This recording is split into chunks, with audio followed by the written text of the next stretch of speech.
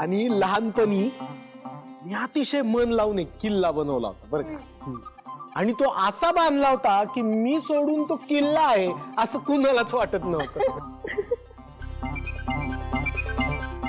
सगळे मला हसायला लागले, चिडवायला लागले. मग मी स्वतःवरच एवढा चिडलो की चक्क मी केलेल्या किल्ल्यावरच मी उडी मारली आणि सगळा किल्ला तुटून गेला. मग मात्र मला वाईट वाटलं आणि मी खूप रडलो. अंता दादा माझ्या जवळ आला आणि मला म्हणाला की हे बघ, कोसळल्या गोष्टींकडे बघून कधी रडत बसायचं नाही व्यंकोबा. उलट कोसळलेली गोष्ट आपण परत नवीन जिद्दीनं आणि जोमाने अशी उभी करायची की त्या गोष्टीकडे जग बघतच बसलं पाहिजे. अशा सगळ्या जुन्या आठवणी आहेत बघ.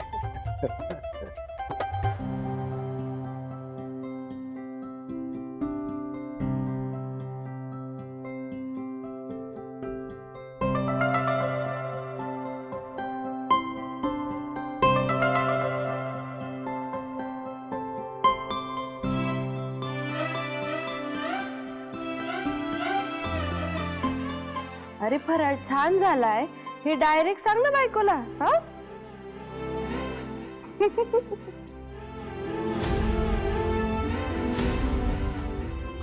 असं खाना खुना करून काही होत नसतं, कळलं? नुसतं बघायचं नाही, बोलायचं पण. मी कुठे काय केलं?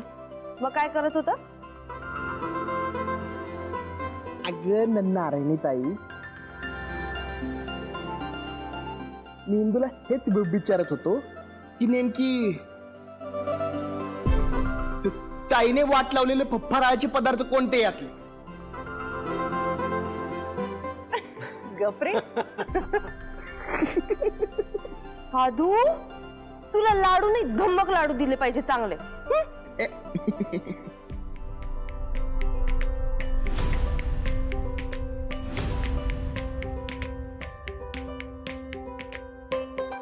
सासूबाई, यातला तुम्ही केलेला पदार्थ कोणता?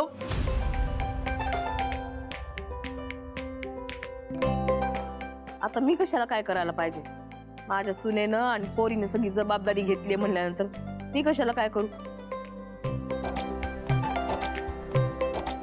इंदू, करंजा फार चांगल्या झाल्यात बरं का. चिवडा, चकल्या अशा मस्त खमंग दिसत आहेत. वास मस्त खमंग येतोय त्यांचा. आमचे सख्खे सासरे बुवा म्हणायचे, आमच्या आनंदीच्या हातचे अनारसे म्हणजे पाण्यात सोडण्या इतके मजबूत आणि टिकाऊ असतात.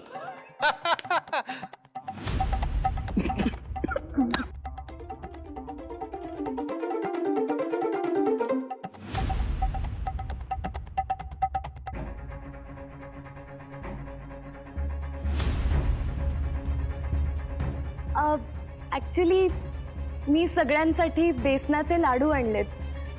एक मिनिट.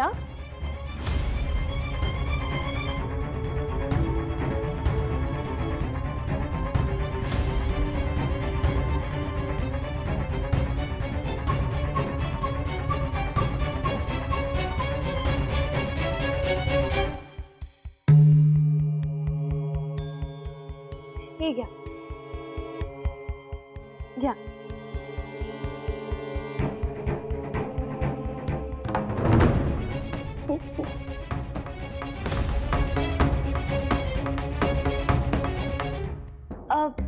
कसे झालेत लाडू? एकदम गोड, सुरेख.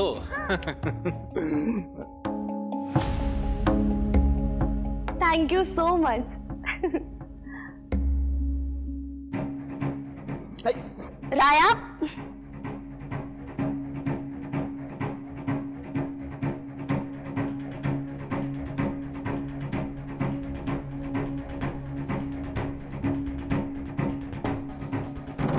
हे घ्या. महाराज, नारायणी ताई, हा घ्या लाडू.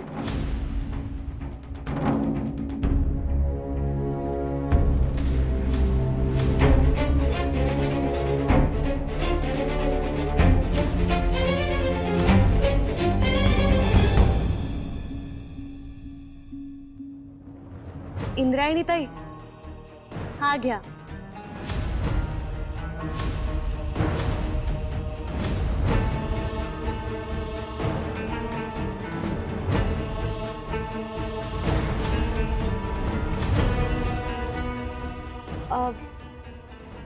मला तुमच्या इतका छान नाही बनवता येत, पण मी प्रयत्न केलाय. खाऊन बघा ना प्लीज.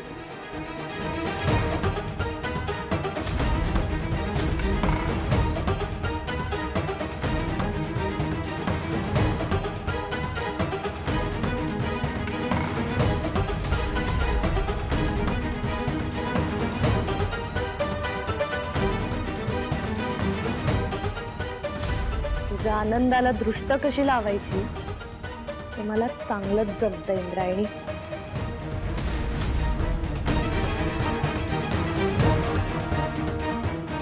पण यापुढे जमणार नाही.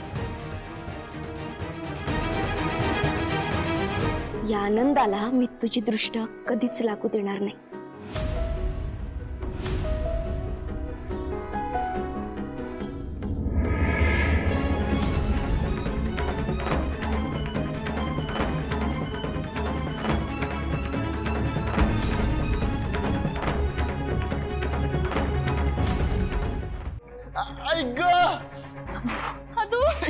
तू माझं पोट.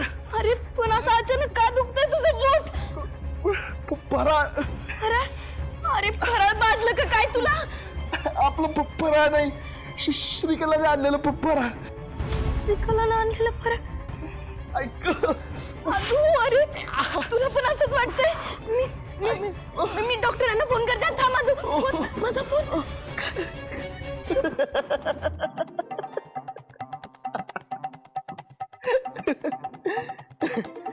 डॉक्टरांना बोलव, पण तू तुझ्या डोक्यासाठी. तुला ना तू मला इतका त्रास का देतोस रे? किती घाबरले मी. सॉरी. त्यानंतर मी नाही करणार असं. ठीक आहे, परत तसं सोड ना. तू सांग, मी दिलेला हार आवडला की नाही तुला?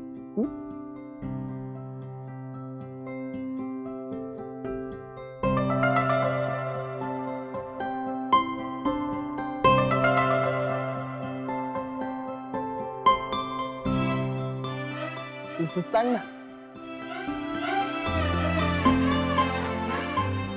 अगं बोल ना काहीतरी. खूप सुंदर आहे.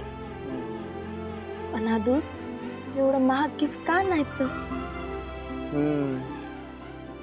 ठीक आहे, मग गावातल्या कोणाला तरी देऊन टाक. आदू, अजिबात नाही. माझ्या नवऱ्यानं दिलेलं गिफ्ट आहे ते. टच पण करायचं नाही. मेरे पति का प्यार है उसमें. सणावाराला घाल ना. तुझ्यासाठीच येतो. मी काही कोणाला देणार नाही, ते टेन्शन नको. आजकाल लय त्रास द्यायला लागलास तुम्हाला. तुझ्याकडूनच शिकलोय. मारायचं नाही. बरं ऐक, मी मंदिरात जाऊन येतो.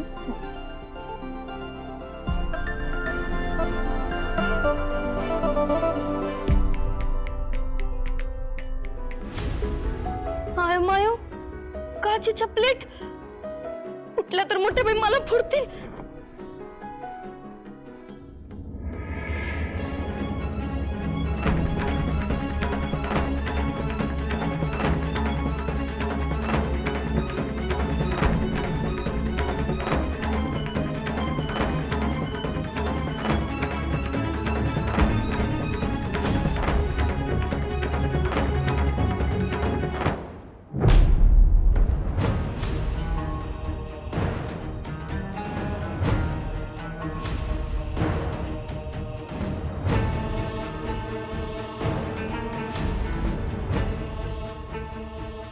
हिंदीची लायकी तरी एक असला हार घालायची. झाडाखालच्या शाळेत शिकवणाऱ्या मास्तरीन बाईला कशाला पाहिजे हसला हार?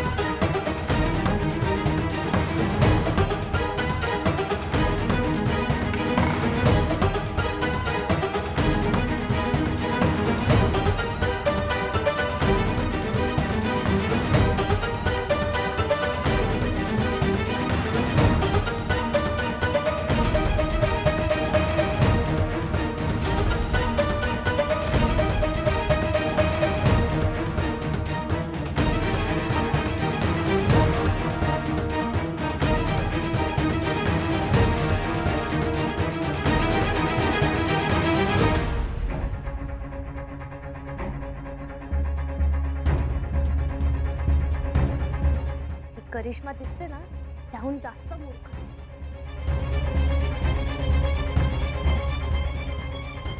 ए हॅलो, शुक काय? करिश्मा नाव आहे आपलं. काय करिश्मा म्हण बर. करिश्मा. आता कस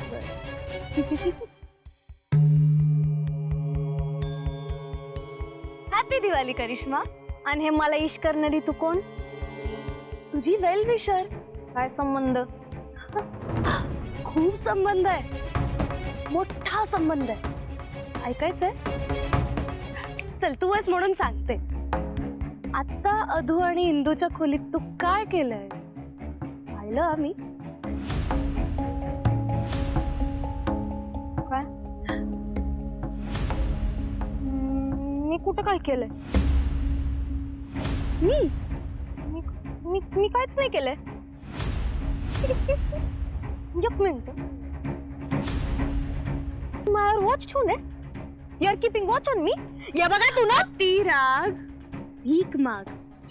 प्लीज कीप अ डिस्टन्स. जास्त शानपणा नाही करायचं माझं. आणि तुझे 2 डोळेत ना बाजूला ठेवायचे. आली मोठी. हार चोरलायस ना तू.